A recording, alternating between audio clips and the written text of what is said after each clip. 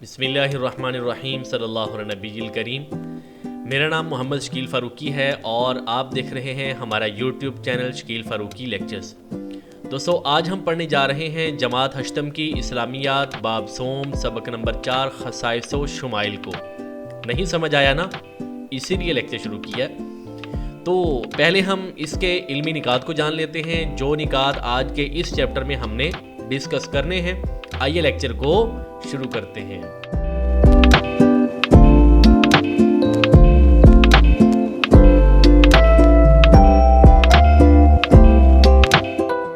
تو سب سے پہلے ہم یہ جانتے ہیں کہ خصائص و شمائل کا معنی و مفہوم کیا ہے، اس کا مطلب کیا ہے۔ خصائص خصوصیات کی جمع ہے اور خصوصیات جمع ہے پھر آگے خصوصیت کی۔ اس کا مطلب یہ ہوا کہ کسی ذات کے ساتھ خاص خوبیاں اور کمالات جو ہیں وہ خصائص کہلاتے ہیں۔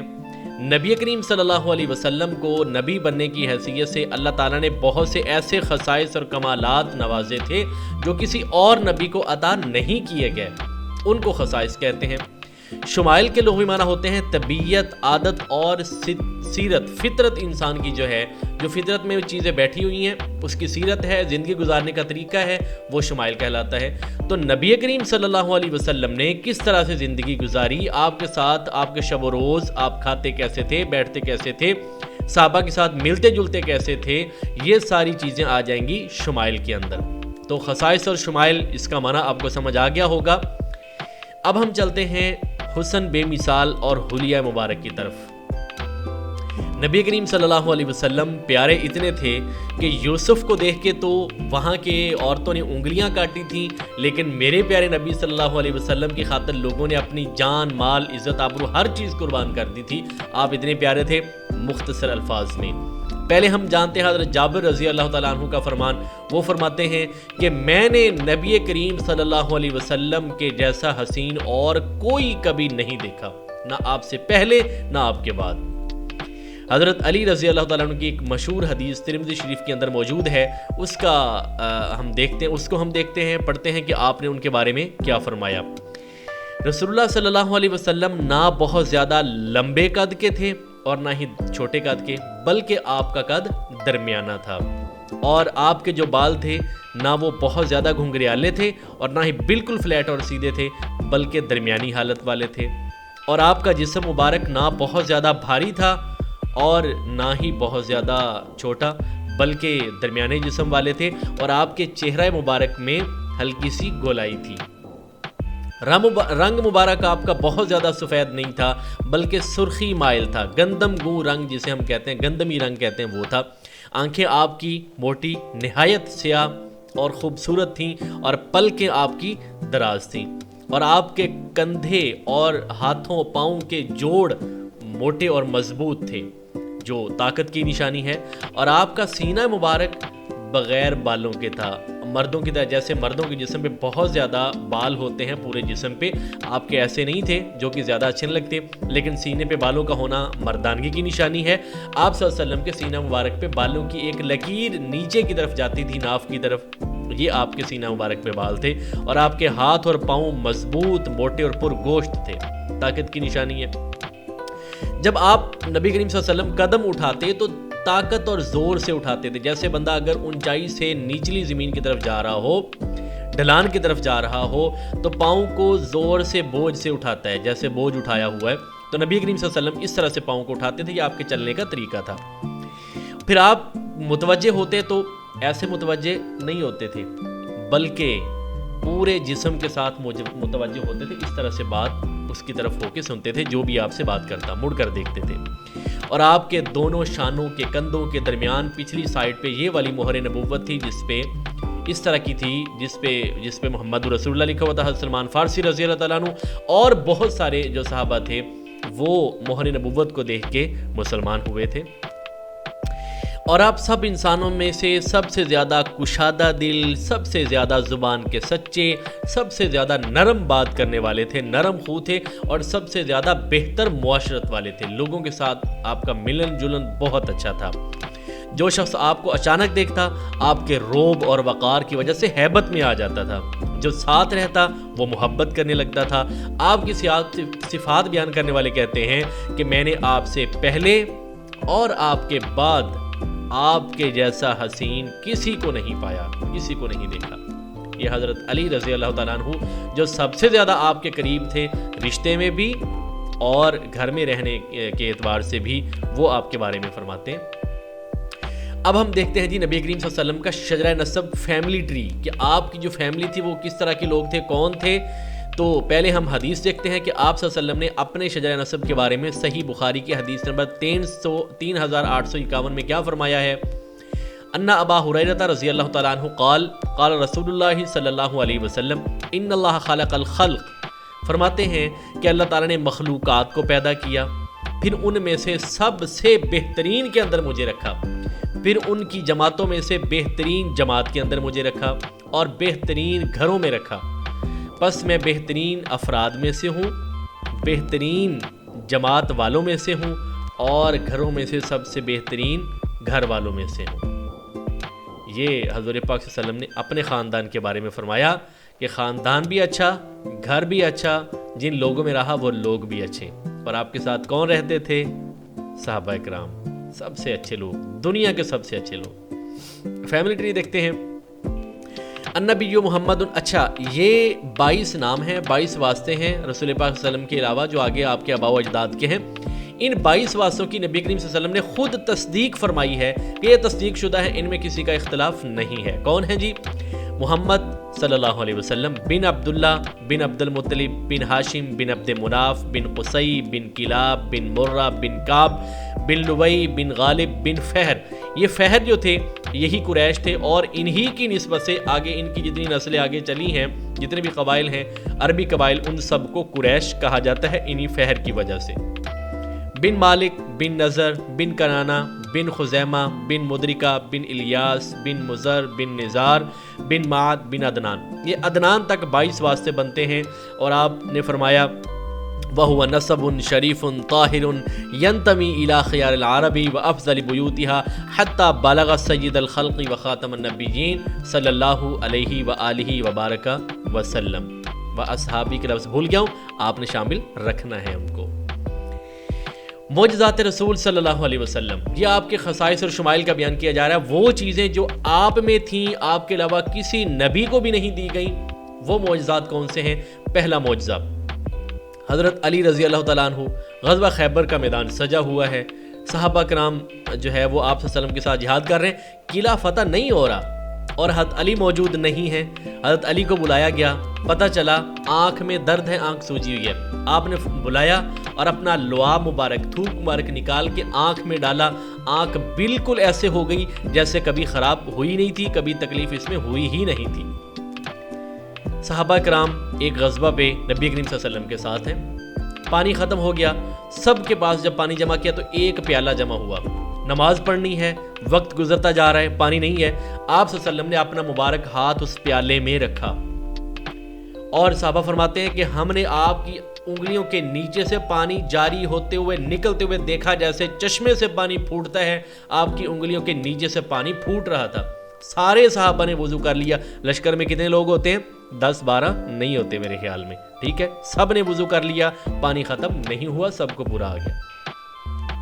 کافر جمع ہے آپ کے ارد گرد، کہتے ہیں جی اگر آپ انگلی کے اشارے سے چاند کو توڑ کر کے دکھا دیں تو ہم ایمان لے آئیں گے۔ ان کو یقین تھا کہ نبی چاہے یہ نبوت کا دعویٰ بھی کر دے محمد صلی اللہ علیہ وسلم، یہ چاند کو کیسے کوئی توڑ سکتا ہے، ممکن ہی نہیں ہے۔ لیکن رسول پاک صلی اللہ علیہ وسلم نے اللہ تعالیٰ کے حکم اور اجازت سے اور اللہ کی مدد سے چاند کی طرف انگلی فرمائی تو چاند درمیان سے 2 ٹکڑے ہو گیا۔ سب نے دیکھا، لیکن ہٹ دھرم تھے، اسلام قبول نہیں کیا۔ حضرت ابو ہریرہ فرماتے ہیں ہم 70 لوگ نبی کریم صلی اللہ علیہ وسلم کے بعد تشریف فرما ہیں، صفہ والے سارے وہاں پہ جمع ہیں، بھوک بہت لگی ہوئی ہے اور کھانے کو کچھ نہیں ہے، دودھ کا پیالہ آپ کے پاس لایا گیا، 70 لوگ بیٹھے ہیں، میں نے کہا کہ مجھے زیادہ بھوک لگی، سب سے پہلے مجھے ملے گا۔ آپ نے کہا ابو ہریرہ پیالہ اٹھائیں اور سب میں سرو کریں، سب کو تقسیم کریں۔ میں پریشان ہو گیا، مجھے کیا ملنا ہے، ایک پیالہ دودھ کا، 70 لوگ پینے والے ہیں۔ اب میں نے پلانا شروع کیا، ایک نے پیا، دودھ ختم ہی نہیں ہوا، دوسرے نے پیا، پھر ختم نہیں ہوا، تیسرے نے پیا، 10ویں نے پیا، 20ویں نے، 70 لوگوں نے پی لیا، دودھ ویسے کا ویسے پڑا ہے۔ اب میں تھوڑا سا جو ہے نا وہ خوش ہوا کہ اب تو ملے گا. آپ نے فرمایا ابو ہریرہ پیو. میں نے خوب پیا. آپ نے پھر فرمایا کہ اور پیو. میں نے اور پیا. آپ نے فرمایا ابو ہریرہ اور پیو. میں نے کہا اللہ کے رسول بس اب سکت نہیں ہے, اب میں اس سے زیادہ نہیں پی سکتا, ہمت نہیں ہے اس سے زیادہ کی. تو پھر آپ صلی اللہ علیہ وسلم نے وہ 70-72 لوگوں کا جو پیا ہوا دودھ تھا جو بچا, آپ نے اپنے لب مبارک سے لگایا اور اسے ختم کر دیا, پی لیا, نوش فرما لیا. یہ آپ کا ایک معجزہ تھا. حضور پاک صلی اللہ علیہ وسلم کا جو پسینہ مبارک تھا جسم سے گرمی میں جو نکلتا تھا اتنا خوشبودار تھا کہ ہر طرح کے عطر پرفیوم سے زیادہ وہ اچھا تھا. کچھ لوگوں نے وہ جمع بھی کیا ہوا تھا, وہ لگاتے تو لوگ رشک سے پوچھتے یار یہ کون سی خوشبو آپ نے استعمال کی ہے, لیکن وہ بتاتے نہیں تھے. ایک دفعہ ایک خاص ٹاسک پہ بھیجا کہ آپ نے یہ کام کر کے آنا ہے کسی صحابی کو. واپسی پہ آتے ہوئے قلعے کی دیوار سے ان کو چھلانگ لگانا پڑے. وہ کتنی اونچی دیوار ہے, چھلانگ لگائی, ٹانگ ٹوٹ گئی پنڈلی سے, انتہائی اہم ہڈی اور جو سب سے زیادہ کام آنے والی ہے, ٹوٹ گئی. لنگڑاتے ہوئے نبی کریم صلی اللہ علیہ وسلم کے پاس تشریف لائے. اللہ کے رسول ٹانگ ٹوٹ گئی ہے. آپ نے ٹانگ کے اوپر ہاتھ مبارک پھیرا اس طرح سے, تو آپ کے ہاتھ کی برکت سے وہ ٹانگ بالکل جڑ گئی, بلکہ اتنی اچھی جڑی گویا کہ لگتا تھا کہ پہلے کبھی ٹوٹی ہی نہیں. ابو ہریرہ فرماتے ہیں کہ مجھے چیزیں بھول جاتی تھیں. اللہ کے رسول سے شکایت کی اپنے حافظے کی کہ میں چیزیں بھول جاتا ہوں, میں کیا کروں. آپ نے فرمایا ابو ہریرہ چادر پھیلاؤ. چادر پھیلائی. آپ نے کوئی ان دیکھی چیز اٹھائی, پکڑی اور پکڑ کے اٹھا کے اس چادر میں ڈال دی اور کہا ابو ہریرہ اس کو اکٹھا کر کے سینے سے لگا لو. کہتے میں نے اکٹھا کیا, سینے سے لگا لیا, اور اس کی برکت سے کہتے ہیں مجھے کچھ بھی نہیں بھولا. اس کے بعد کبھی مجھے بھولنے کی بیماری رہی ہی نہیں. اور یہی وجہ ہے کہ سب سے زیادہ احادیث کے راوی کون ہیں؟ ابو ہریرہ. درختوں کے متعلق بہت سارے آتے ہیں کہ درخت جب نبی کریم صلی اللہ علیہ وسلم پاس سے گزرتے تو درختوں سے سلام کی آواز آتی تھی. ایک دفعہ آپ نے قضاء حاجت کے لیے جانا تھا, گئے, کوئی ایسا پردہ نہیں تھا, پردے کا انتظام نہیں تھا, تو درختوں نے اکٹھے ہو کے آپ صلی اللہ علیہ وسلم کے اور لوگوں کے درمیان پردہ فرما دیا. یہ تو آپ کے معجزات تھے.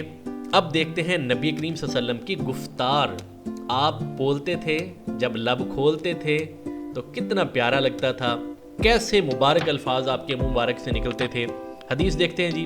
عائشہ رضی اللہ تعالیٰ عنہ سے قالت ما کان رسول اللہ صلی اللہ علیہ وسلم یسرد القول کسردکم. اردو ترجمہ پڑھ لیں کہ فرماتی ہیں کہ نبی کریم صلی اللہ علیہ وسلم تم لوگوں کی طرح تیزی سے مسلسل گفتگو نہیں فرماتے تھے, بلکہ آپ صلی اللہ علیہ وسلم واضح اور ٹھہراؤ کے ساتھ ایسا کلام فرماتے کہ جو شخص آپ کے قریب بیٹھا ہوتا اسے اچھی طرح یاد کر لیتا تھا. اتنا ٹھہراؤ ہوتا, آسان الفاظ ہوتے, بالکل درمیانی آواز ہوتی, سننے والے کو اچھی طرح سمجھ بھی آ جاتا, اور اتنے طریقے سے آپ بات کرتے تھے کہ یاد ہو جاتی تھی لوگوں کو. کیونکہ آپ صلی اللہ علیہ وسلم نے فرمایا خود کہ مجھے 6 چیزیں دی گئی ہیں جو کسی اور نبی کو نہیں دی گئی. ان میں سے ایک کیا تھی؟ جوامع الکلم, کہ الفاظ مختصر سے ہوتے ہیں, مطلب بہت بڑا ہوتا ہے. جب بات چھوٹی ہوگی اور جامع ہوگی وہ جلدی یاد ہو جائے گی. دوسری حدیث دیکھتے ہیں جی. عن عبداللہ ابن عباس رضی اللہ تعالی عنہما قال کان رسول اللہ صلی اللہ علیہ وسلم اذا تکلم بکلمۃ عادها ثلاثا, کہ جب کوئی بات آپ ارشاد فرماتے تو اسے 3 مرتبہ دہراتے تھے تاکہ سننے والے خوب اچھی طرح سے سمجھ لیں.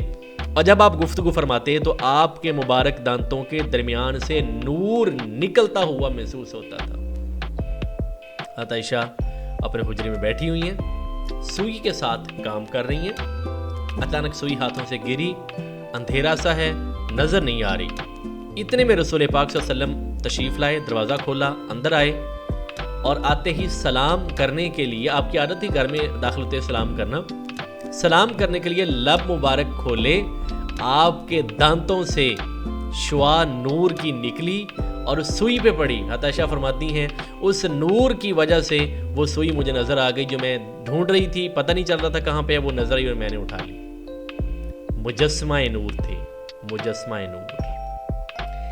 آداب گفتگو رسول اللہ صلی اللہ علیہ وسلم کی زندگی کی روشنی میں آپ معتدل آواز میں, نہ بہت اونچی آواز جیسے میں بول رہا ہوں, نہ ہی بالکل دھیمی, درمیانی آواز سے بولتے, آسان الفاظ استعمال فرماتے, واضح الفاظ, آسان بھی اور واضح بھی, کوئی مبہم لفظ نہیں ہوتا تھا، اور ایسی بات کرتے جس میں شک کی کوئی گنجائش باقی نہ رہتی، اور آہستہ آہستہ بولتے، سپیڈ کے ساتھ نہیں، درمیانی سپیڈ کے ساتھ۔ اور آپ کے کلام مبارک میں شہد کی سی مٹھاس ہوتی جو سنتا سنتا ہی چلا جاتا۔ کافروں نے بڑی کوشش کی تھی نا کہ کوئی نبی کی بات نہ سنے، روک سکے تھے؟ بالکل نہیں، کیونکہ شہد کی سی مٹھاس تھی اور بات بالکل واضح ہوتی، لوگوں کی سمجھ میں آتی، اسلام قبول کر لیتے۔ انداز نشست و برخاست، اٹھتے بیٹھتے کیسے تھے؟ نشست کا معنی ہوتا ہے بیٹھنا، اور برخاست کا مطلب ہوتا ہے مجلس کو ختم کر کے چلے جانا۔ تو نبی کریم صلی اللہ علیہ وسلم جو تھے وہ وقار اور روب کا حسین امتزاج تھے کہ آپ لوگوں میں بیٹھتے، ان کے ساتھ گپ شپ بھی لگاتے، صحابہ کے ساتھ ان کو دین کی باتیں بھی بتاتے تھے، اور آپ جب اپنے صحابہ میں بیٹھے ہوتے پرتکلف ہو کے تو کبھی کبھار آپ تکیہ بھی استعمال فرما لیتے تھے، اور جب مجلس کو ختم کرنا ہوتا تو دعا پڑھتے تھے، صحابہ کو بھی اس کی تلقین فرماتے، سبحانک اللہم و بحمدک اشہد ان لا الہ الا انت استغفرک و اتوب الیک۔ یہ اب سب نے یاد کرنی ہے۔ جس مجلس کے آخر میں یہ والی دعا پڑھ لی جاتی ہے، قیامت کے دن اس مجلس میں وقت ضائع کرنے کا محاسبہ ہم سے نہیں ہوگا انشاءاللہ تعالی۔ جی آگے ہم دیکھتے ہیں کہ ملنے جلنے کے کیا آداب ہیں رسول اللہ پاک صلی اللہ علیہ وسلم کی زندگی سے، جو ہمیں ملنے جلنے کے آداب ملتے ہیں وہ ہم دیکھتے ہیں۔ پہلا ادب کیا ہے؟ سلام میں آپ صلی اللہ علیہ وسلم پہل فرمایا کرتے تھے، کوشش کرتے کہ پہلے میں سلام کروں، انتظار نہیں فرماتے تھے کہ میں چونکہ نبی ہوں اور رحمت للعالمین ہوں، تمام نبیوں سے زیادہ مرتبے والا ہوں، لہذا کوئی آ کے مجھے سلام کرے گا، نہیں، پہلے خود سلام فرماتے، پھر مصافحہ کرتے، لوگوں سے ملتے، اور جو بندہ دن میں ایک مرتبہ نبی کریم صلی اللہ علیہ وسلم سے مصافحہ کر لیتا، پورا دن وہ اپنے جسم سے خوشبو محسوس کرتا رہتا، اس کے جسم سے خوشبو آتی رہتی تھی۔ اور پھر آپ توجہ سے بات سنتے۔ اکثر ایسے ہوتا ہے کہ جب سنانے والے زیادہ ہوں نا تو بندہ جو زیادہ اہم لوگ ہوتے ہیں ان کی بات کی طرف توجہ کرتا ہے، جو دوسرے ہوں کم درجے والے ہوں ان کی طرف توجہ نہیں کرتا، لیکن آپ صلی اللہ علیہ وسلم جس سے بھی بات کرتے توجہ سے اس کی بات کو سنتے تھے۔ پھر نگاہ بھر کے دیکھتے، کن اکھیوں سے نہیں، حقارت کی نظر سے نہیں، بلکہ محبت کی نگاہ سے، پوری نگاہ سے دیکھتے، نگاہ بھر کے، پھر حقارت سے نہیں دیکھتے تھے، اور صحابہ کرام کو آگے چلاتے تھے۔ ایک بات پیچھے رہ گئی ہے توجہ سے بات سننے میں، آپ صلی اللہ علیہ وسلم جب کسی کی طرف متوجہ ہوتے تو پوری جسامت، پورے جسم کے ساتھ اس طرح سے متوجہ ہوتے تھے، ایسے یا ایسے متوجہ نہیں ہوتے تھے۔ تو پورے جسم کے ساتھ متوجہ ہونا یہ بھی سنت ہے، بلکہ یہ ساری چیزیں جو بتائی ہیں یہ ساری کی ساری سنت ہے۔ پھر آپ صلی اللہ علیہ وسلم کی چلتے ہوئے نگاہ زمین کی طرف رہتی تھی، آپ صلی اللہ علیہ وسلم اوپر دیکھ کے ادھر ادھر دیکھ کے نہیں چلتے تھے، یہ بھی چلنے کا ایک ادب ہے، یہ عاجزی کی نشانی بھی ہے۔ یہ تھا جی آج کا لیکچر، امید ہے آپ لوگوں کو بہت اچھے سمجھ آیا ہوگا۔